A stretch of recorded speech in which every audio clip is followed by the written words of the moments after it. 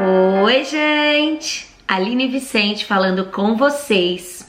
E esse áudio é o áudio do capítulo 2. E a Amber, foi ela que escreveu esse capítulo e ela colocou o título de Quando a Casa Está uma Bagunça, né? Então agora ela vai começar a colocar aqui alguns gatilhos, possíveis gatilhos que podem surgir no nosso casamento. E um desses gatilhos é a casa bagunçada. E ela diz aqui que quando ela escreveu o livro com a Wendy, que foi o livro, né, que nós lemos do jejum, que eu comentei que elas escreveram também um de educação de filhos juntos, ela disse que a Wendy escreveu assim no livro: quando a sua casa está uma bagunça, não deixe que ela bagunce você. E uma casa bagunçada pode ser um gatilho para o nosso casamento, porque ele nos traz um sentimento de derrota, de frustração, de tentar manter a casa limpa e não conseguir. E aí você começa a perceber que a sua casa ela não é só um lugar de refúgio, né? Você olha aquela bagunça e você não sente tranquilidade. E aí você pode ser que tenha um marido que deixa o copo na pia, deixa a roupa no chão, deixa a toalha na cama. E pra gente é muito difícil e frustrante limpar uma casa e em poucos minutos ver a casa toda bagunçada. E por mais que pareça um assunto pequeno, né? Nossa, casa bagunçada é um gatilho? Sim, para algumas pessoas, para muitas de nós, a casa bagunçada ela pode levar a nossa felicidade. Ela pode criar muros nos nossos corações, né? Nosso e do nosso marido, pela falta de compreensão, pela falta de responsabilidade com a casa. E aí ela comenta aqui a diferença, né, de quando a gente não tem filhos, né, os casais sem filhos e os casais com filhos. E eu lembrei muito de mim, né, na minha casa, quando eu ainda não tinha as meninas, nossa, minha casa tava sempre impecável, com tudo no lugar, tudo limpinho, nem tinha tanta demanda, tanta tarefa, mas depois dos filhos, as tarefas elas se multiplicam, elas começam a pipocar. Aí você começa a ver um monte de roupa para lavar, louça, né? Fora as coisas que a gente adquire para os nossos filhos e que começam a ocupar espaço nas nossas casas, né? Então vira uma bagunça de brinquedos, aí você tem a casinha de boneca, ou você tem ali a pista do carrinho na sua casa, um quarto deles, roupa deles pelo chão. Então você começa a perceber o quanto de demanda surge nas nossas vidas logo depois dos filhos.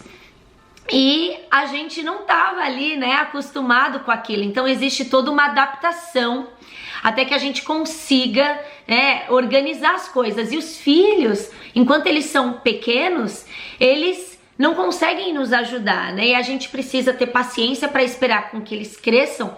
E aí sim, eles conseguem, né, nos ajudar em casa e a gente consegue trazer mais responsabilidades para ele. Mas enquanto isso não acontece, toda a responsabilidade da casa fica por nossa conta, por conta do casal.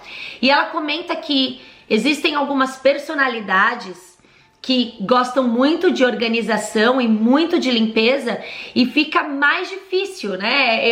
Uma vez eu até escrevi no Instagram, eu coloquei tipo um meme que dizia assim: limpar a casa com filhos em casa é como tentar enxugar o quintal enquanto chove. E é verdade, a gente não consegue dar conta enquanto a gente tem as crianças em casa.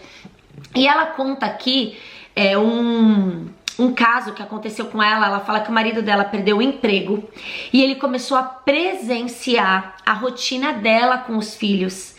E ele entendeu o tanto de trabalho que ela tinha e o quanto ela precisava realmente de colaboração. E ele começou a colaborar, e ele começou a lavar os pratos, começou a ajudar com a roupa, porque às vezes o marido fora de casa, ele não tem ideia da dimensão de tantas coisas que nós fazemos em casa. E quando eu vi esse capítulo aqui logo no início, eu percebi o quanto isso é comum, principalmente aqui nos Estados Unidos, que as pessoas não têm ajuda, né? No Brasil é mais comum você ter um funcionário, uma funcionária que te ajuda com a casa, mas aqui nos Estados Unidos isso não é comum.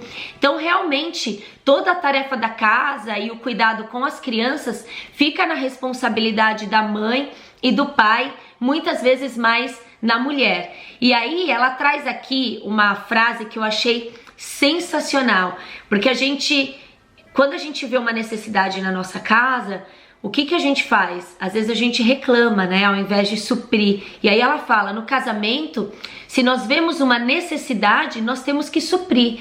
Então na nossa casa, hoje mesmo, vou até contar isso, hoje enquanto eu escrevi aqui um capítulo para vocês, enquanto eu ia traduzindo aqui para vocês, eu fui na cozinha, me deu sede, eu fui na cozinha e eu vi que a máquina de louça já estava cheia e o meu marido pouco antes tinha me perguntado, Aline, a máquina tá cheia, tá suja, tá limpa? Eu falei, não, tá suja, mas já tá cheia. E ele não colocou para lavar, ele simplesmente pôs lá o prato dele sujo, que já é ótimo, mas fechou a máquina. E aí, na hora que eu cheguei, né, e eu abri a máquina, eu falei assim, a máquina tá suja, né? Nossa, vou pôr pra lavar. Sabe aquele toquezinho que a gente dá?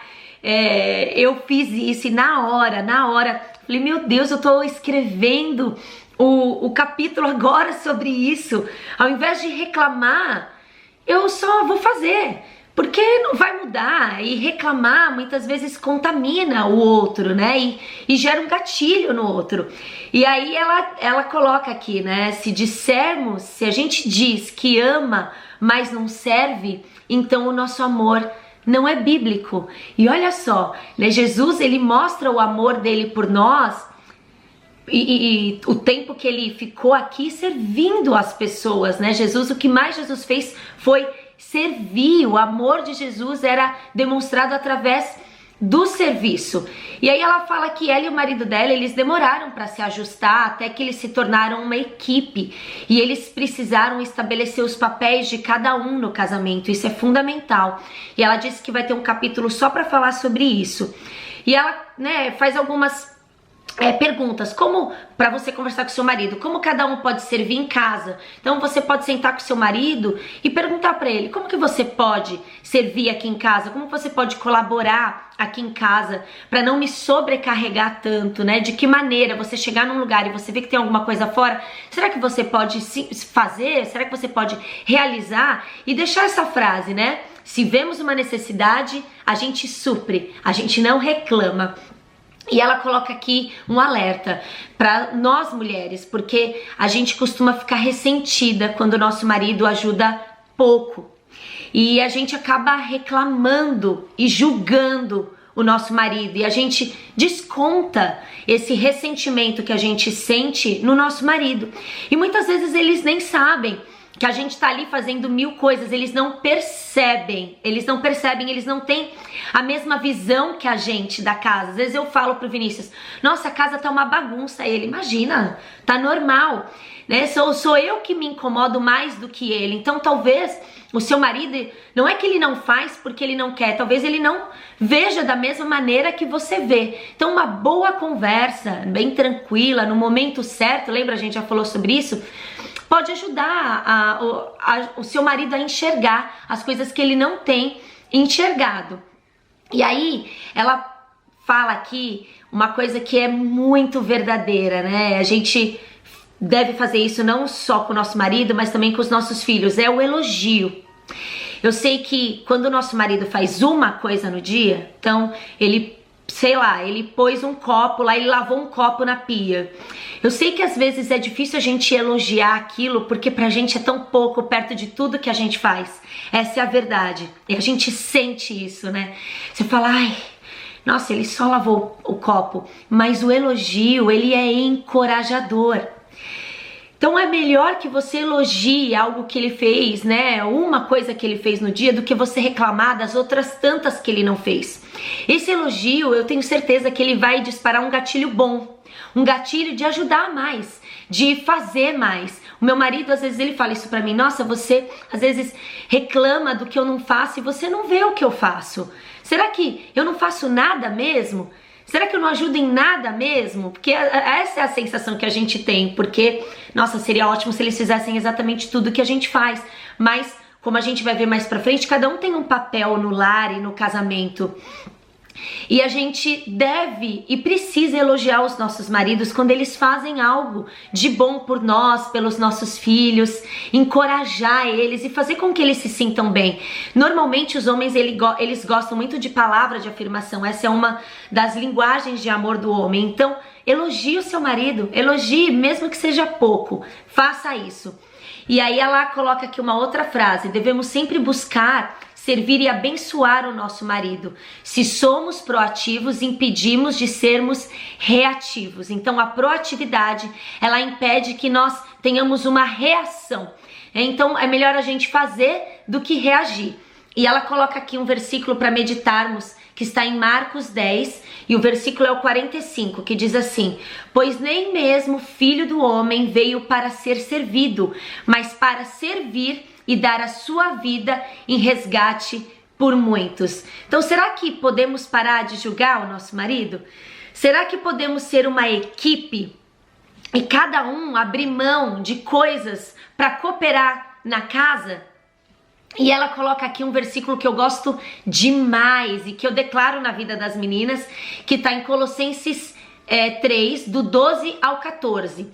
Diz assim: portanto, como povo escolhido de Deus, santo e amado, revistam-se de profunda compaixão, bondade, humildade, mansidão e paciência. Suportem-se uns aos outros e perdoem as queixas que tiverem uns contra os outros.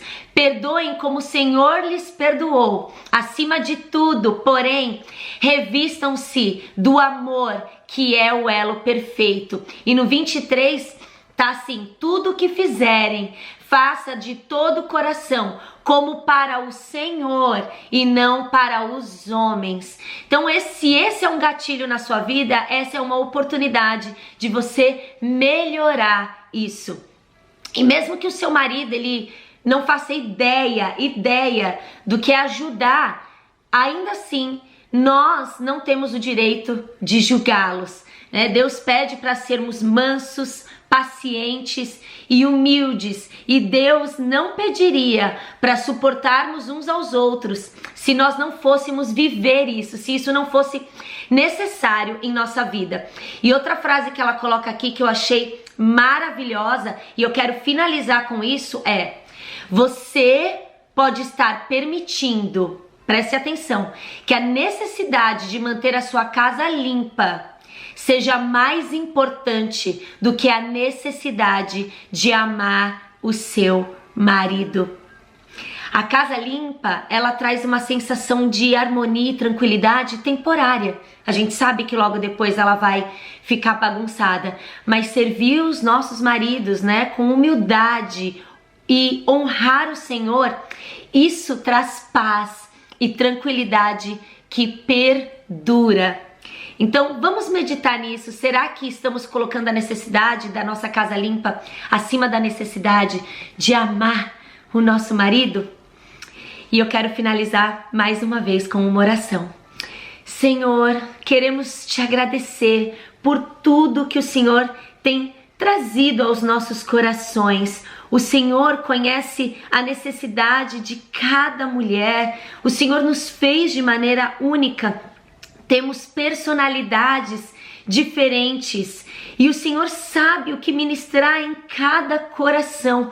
O Senhor conhece o lar de cada mulher e o marido de cada mulher. Então, Senhor, hoje nos dá sabedoria e discernimento para conversarmos com o nosso marido. Não deixe que a frustração com a limpeza da casa nos traga ressentimentos e mágoas, das quais nos gerem gatilhos e respostas de raiva ao nosso marido. Não deixe, Senhor, que a necessidade de uma casa limpa e organizada supere supere a necessidade de amarmos o nosso marido. Senhor, que o Senhor possa nos trazer leveza, que o Senhor possa nos ajudar a gerenciar o nosso tempo, a gerenciar a nossa casa, para que não ficamos sobrecarregadas, não queremos ficar exaustas e cansadas, queremos ser mulheres leves, que edificam o lar, que sirvam o marido. Pai, nos ajuda, ao invés de reclamar, simplesmente servir. E eu quero declarar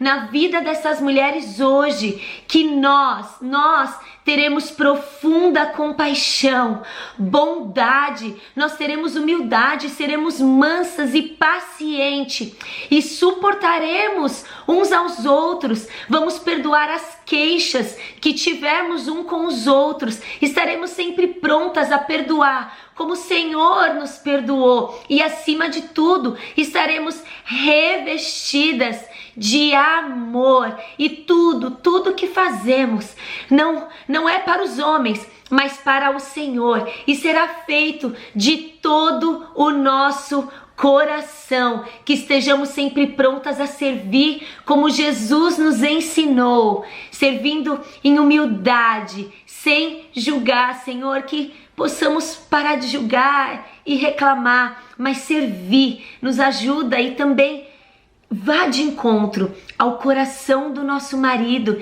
que ele entenda que ele faz parte do lar e que nós somos um time, que ele entenda que o elo entre a mulher e o marido, a cooperação, fortalece a família e tudo se mantém em mais harmonia. Senhor, impacta também o coração dos nossos maridos através das nossas vidas, que nós sejamos mulheres que elogiam mais do que criticam, em nome de Jesus, é o que te pedimos humildemente, Pai, nos ajuda, em nome de Jesus, amém.